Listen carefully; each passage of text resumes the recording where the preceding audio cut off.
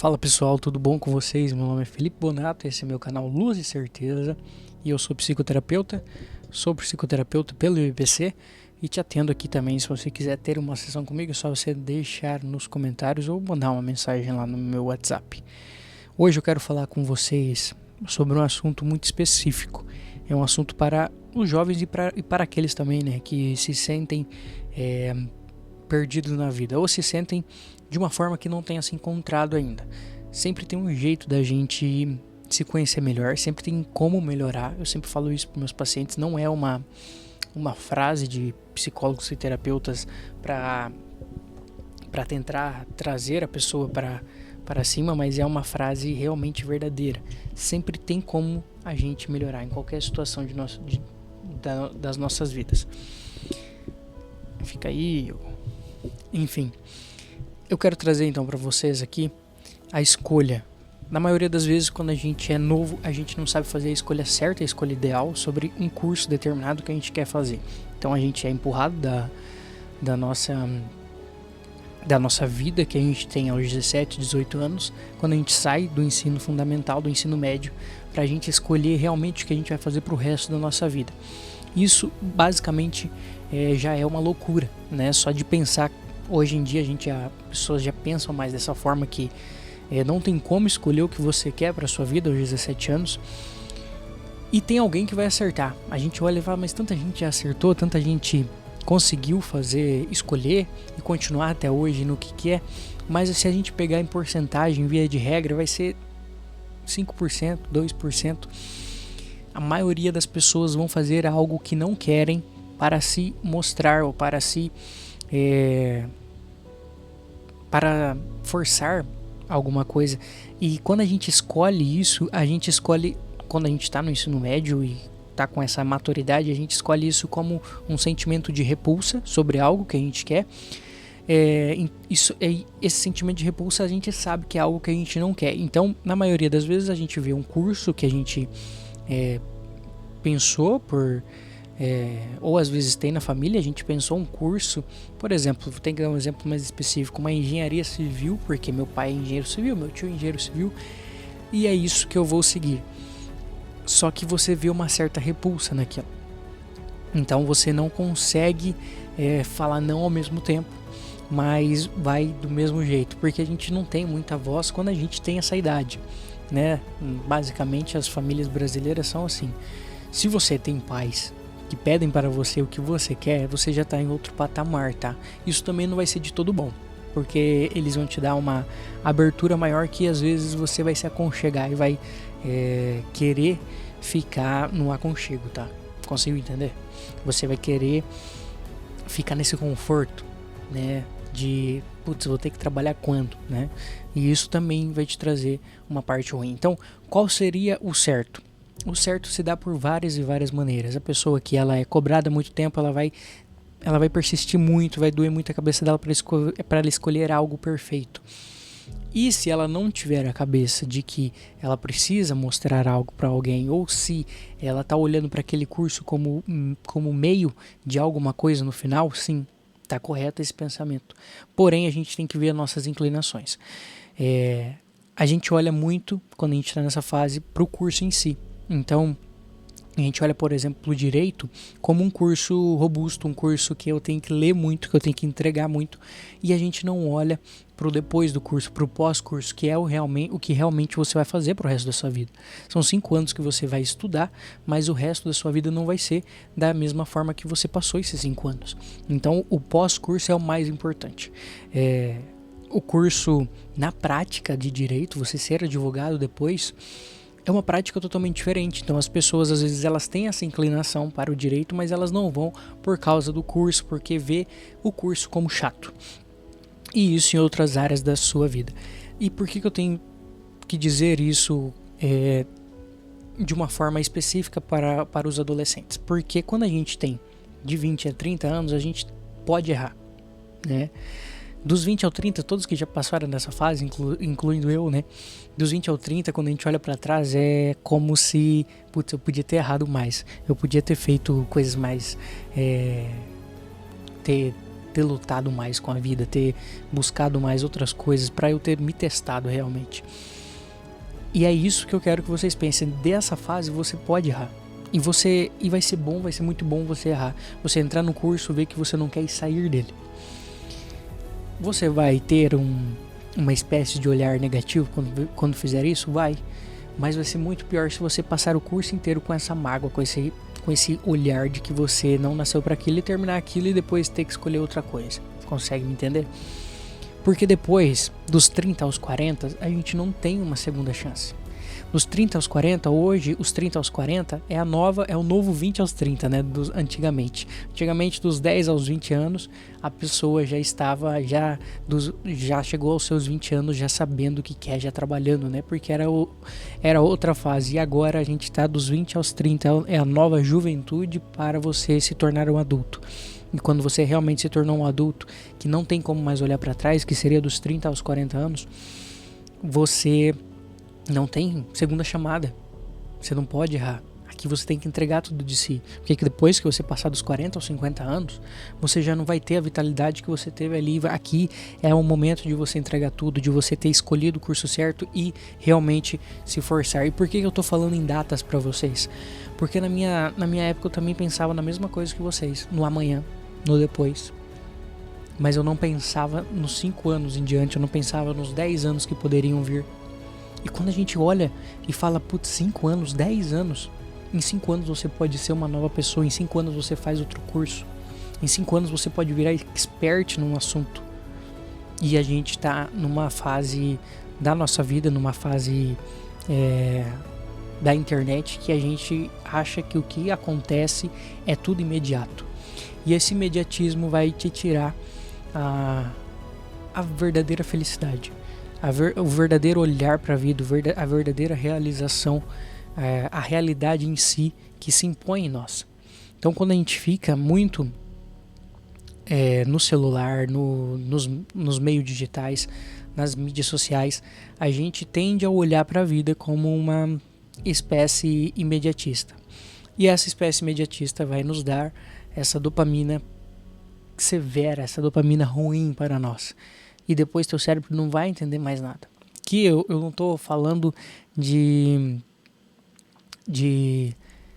coisas mais altas ainda, tá? Isso aqui é o raso, eu quero que vocês aprendam isso. Isso é o que teria que ser normal para vocês.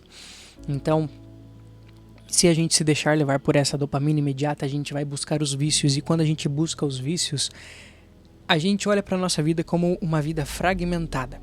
Como se a gente tivesse feito coisas ruins e não pudesse melhorar. É aquilo que eu falei no início.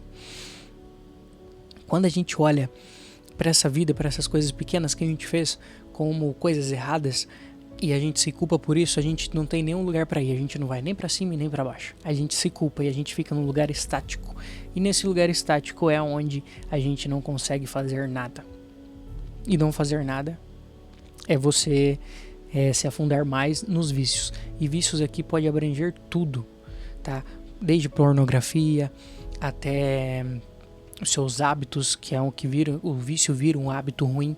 Então, pegar seu celular assim que você acorda, ficar nele por mais de 5 horas sem ter coisas realmente que vão te mudar, né? E ao contrário do vício, o que eu vou trazer para vocês que vai te dar uma vida concreta, uma vida da verdadeira felicidade, que você vai olhar para a sua vida, vai olhar para trás e vai falar, eu tenho algo concreto. É quando você busca as suas virtudes.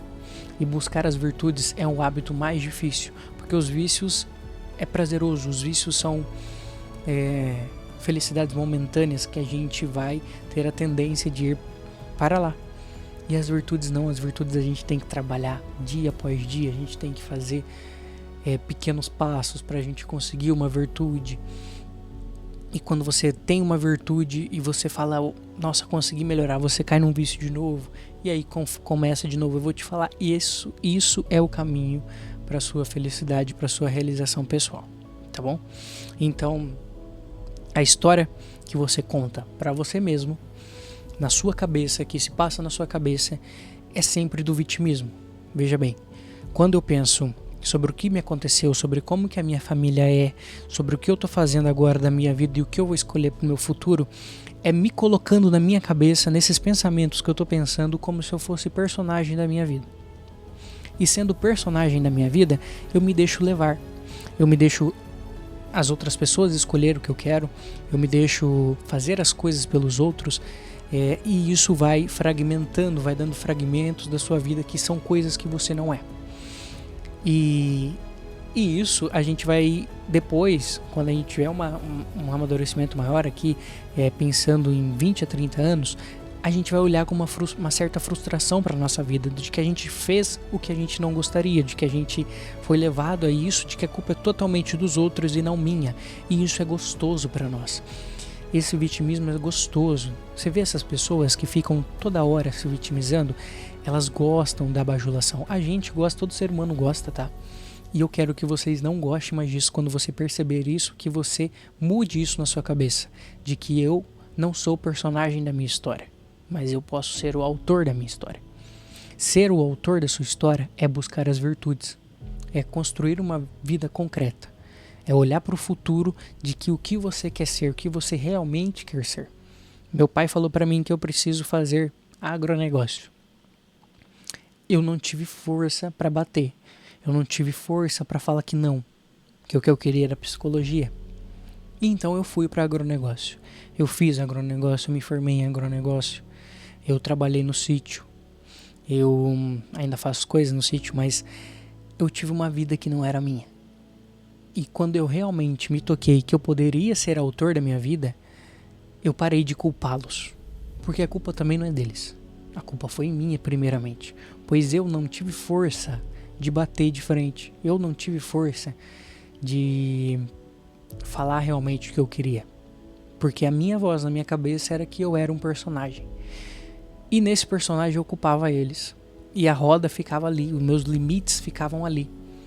Porque eu não era culpado de nada, mas eu sim era culpado. E agora, se eu tomar uma decisão que eu sei que eu sou o autor da minha história, eu também vou ser o culpado. Então após isso, eu consegui, e isso não foi de uma hora para outra, tá? Eu consegui falar o que eu queria. Realmente ter certeza do que eu nasci para fazer. E veja bem, aqui o que eu nasci para fazer não foi ruim vir nessa idade que eu tenho. Foi bom, porque eu já estava mais amadurecido. Eu entendi tudo isso. Mas tem pessoas que não vão entender, que vão ter 25, 30 anos e vão olhar para trás e não vão conseguir colocar a culpa nelas mesmas. Porque isso vai frustrar elas. Porque a culpa sempre é do outro, o vitimismo é sempre se colocando como alguém que não consegue, que não tem força. E eu preciso que vocês tenham força no mundo. Porque a esperança é o que vai te mover. A esperança de algo que você realmente quer. E aqui eu tô falando para as pessoas que realmente não estão de brincadeira com a vida. Porque se você tá de brincadeira, uma hora ou outra você vai vir assistir esse vídeo e vai entender. Aqueles que não entendem ainda não estão buscando algo concreto.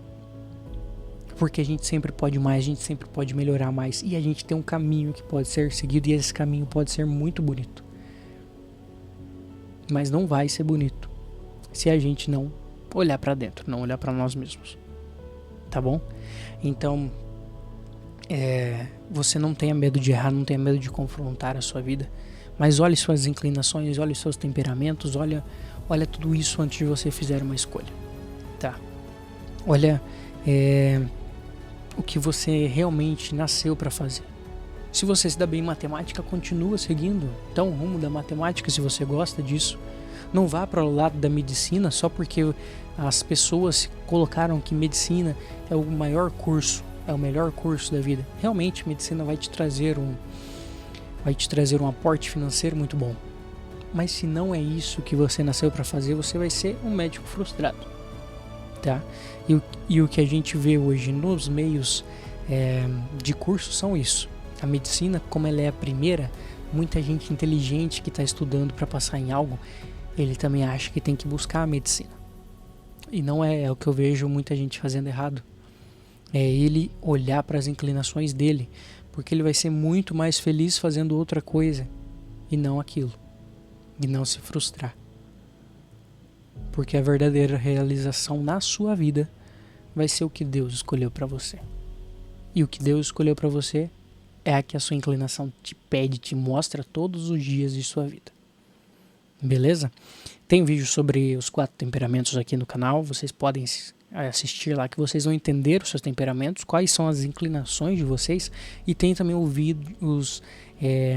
tem 4 vídeos que seria o caminho, que é o que eu mostro aqui também, que vai te mostrar o caminho, essa engrenagem que a gente pode passar pela vida, que tem as etapas para a gente passar. Tá? A vida não é uma coisa solta que a gente está vivendo as consequências, não. Ela é decisões, e as nossas decisões que a gente tem intenção de tomar. Essa intencionalidade tem que vir, porque aí você vai se sentir autor. Quando você ser intencional para conquistar algo para você. Beleza? Então me segue aqui, se inscreve, deixa uma curtida e me mande uma mensagem lá. Vai lá no Instagram também. Fiquem com Deus, até a próxima e tchau.